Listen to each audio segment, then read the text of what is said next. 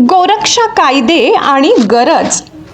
गोरक्षणासाठी कठोर कायद्याची गरज आहे का? प्रशासनाने कोणती ठोस आणि खंबीर पावले उचलली पाहिजेत? या अत्यंत महत्त्वाच्या विषयावर नाथ संप्रदायाचे आंतरराष्ट्रीय प्रचार प्रसारक योगी विलासनाथजी महाराज यांनी स्पष्ट आणि परखड भूमिका मांडली आहे. गोरक्षणाबाबत त्यांचे विचार, सूचना आणि मार्गदर्शन जाणून घेण्यासाठी गिरणा न्यूज नेटवर्कवरील ही विशेष मुलाखत नक्की पहा. लवकरच फक्त गिरणा न्यूज नेटवर्कवर. नमस्कार, गिरणा न्यूज नेटवर्कमध्ये आपलं स्वागत आहे. आपल्यासोबत गाळण्याचे गोरक्षनाथ शिवपंचायतन मंदिर गाळणे या ठिकाणी महंत योगी विलासनाथजी आहेत. आपण त्यांच्याशी गोरक्षकाविषयी काही विशेष चर्चा करणार आहोत. महाराजजी नमस्कार. नमस्कार. आपलं गिरणा न्यूज नेटवर्कमध्ये स्वागत आहे. महाराष्ट्र शासनाने गोरक्षणासाठी स्वतंत्र व अधिक कठोर कायदे अधिनियम जाहीर करण्याची गरज आहे का? काय सांगाल? याची तर आवश्यक आहे, गरज आहे. आणि कामधेनू या नावाने गौरक्षा ही झाली पाहिजे.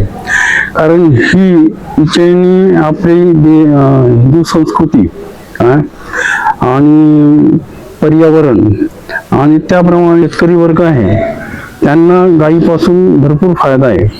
आयुर्वेदिक हिसाब से भी गायीच्या गोमूत्रापासून, गायीच्या शेणापासून औषधं बनतात, खत बनतं. तर गाय ही एक प्रकारे कामधेनू आहे. तर ह्या तिच्या रक्षणासाठी, गायीच्या रक्षणासाठी असे ठोस कानून बनले पाहिजे. आणि जे गौची रक्षा करतात, जे गौरक्षक आहे, त्यांना पण सुरक्षा या लोकांनी शासन प्रशासनाने केली पाहिजे.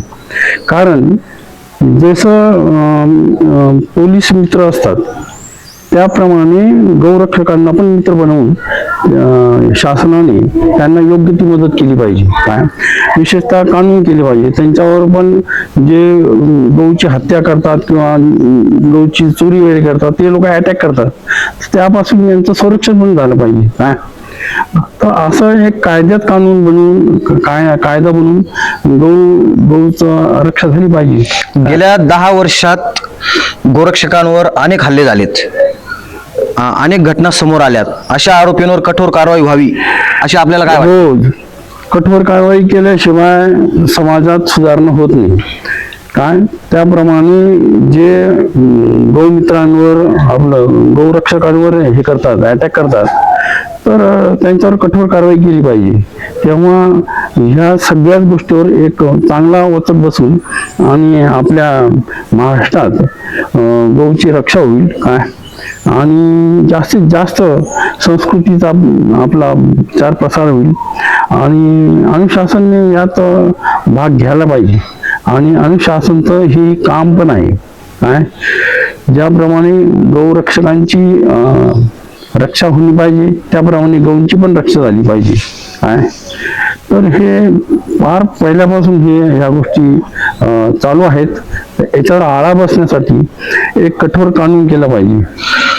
तस्करी रोखण्यासाठी पोलीस प्रशासन विशेष उपाययोजना, असे संशयित वाहनांना थांबवण्यासाठी आवश्यक साधने उपलब्ध करून द्यावीत अशी मागणी होत आहे. याबाबत आपले मत काय? तर याप्रमाणे ज्या वेळेला गौमाताची चोरी होते आणि ह्या राष्ट्रातून त्या राष्ट्रात गाडीच्या द्वारे गायांना वाहन करतात, तर त्या गाड्यांना रोखण्यासाठी विशिष्ट ते जे साधन लागतं, जसे त्यांचे टायर पंक्चर करून लोखंडी खड्याचे पट्टे किंवा त्यांना रोखण्यासाठी बॅरिकेड वगैरे लागतात, अशा प्रकारची एक साधन या गोरक्षकांना द्यायला पाहिजे. विशेषतः बॅरिकेड तोडून हे गोतस्करवाले घेऊन जातात गाड्या. तर मग लोखंडी जो बेल्ट येतो, तो काटेरी बेल्ट, तो टायर पंक्चर, तशा पद्धतीची मागणी केली जात आहे. काय सांगाल? हाँ, तो ती व्यवस्था टेलीस कानून अगर बनाओगे, सुरक्षा देने की अगर आपकी ये है, तो आपको इस प्रकार से सारे साधन देणे पडेल, जेणेकरून त्या गाड्या थांबता येईल आणि त्यातून गायींची रक्षा करता येईल. गोरक्षक आणि पोलीस प्रशासन यांच्या दर महिन्याला समन्वय बैठक व्हावी, ही मागणी कितपत योग्य आहे? हा, हे अतिशय योग्य मागणी आहे, जेणेकरून जे पोलीस प्रशासन यांचे गोरक्षकांविषयी जे गैरसमज आहे ते दूर होतील. याचाच एक संवाद साधला जाईल. संवाद साधण्याचे बडे बडे युद्ध बी थांबले जातात. काय हो. तर या गोरक्षकांच्या विषयी जे गैरसमज झालेले ते आमने सामने मीटिंग करून संभाषण करून तो प्रश्न पण सुटला जाईल. काय तर या प्रकारे वेळोवेळी मिटिंगा घेऊन योग्य ती कारवाई करण्याची तरतूद केली पाहिजे. काय जेणेकरून गौरक्षा होईल. महाराष्ट्र शासनाला आपण कोणता संदेश द्याल? महाराष्ट्र शासनाला संदेश काय, मी एक विनंतीच करतो शासनाला की गौरक्षासाठी योग्य ते कानून बनवा. गौरक्षा करण्यासाठी, गौ तस्करी रोखण्यासाठी योग्य ती कानून ची अंमलबजावणी करून आणि गौरक्षकांना पण सुरक्षा द्या आणि त्यांना योग्य ते सहयोग करा. गोरक्षकांचे तुम्ही मित्र व्हा आणि याच्यातून पूर्ण समाजात एक प्रकारची शांतता येईल. काय आणि गौमातेला पण ज्याप्रमाणे तुम्ही कानून बनवाल, त्याला ज्याप्रमाणे इज्जत देतील स्वाभिमानाप्रमाणे, त्याप्रमाणे गौ मातेला पण तो एक सन्मान मिळेल आणि त्यातून संपूर्ण समाजामध्ये एक शांतता येईल. माझं नाव योगी विलास राजे आहे. या ठिकाणी मी या आनंदधाम मठाधीश आहे आणि महंत आहे, नाथ संप्रदाय का प्रचार प्रसार अध्यक्ष पण आहे. हमारे गुरुजी योगी आनंदनाथजी महाराजांची या ठिकाणी समाधी आहे आणि या ठिकाणी आनंद धाम करके आमचा मठ आहे. हे ठिकाण गाळणे, तालुका मालेगाव, जिल्हा नाशिक, महाराष्ट्र. या ठिकाणी अतिशय भव्य आमचा मठ आहे.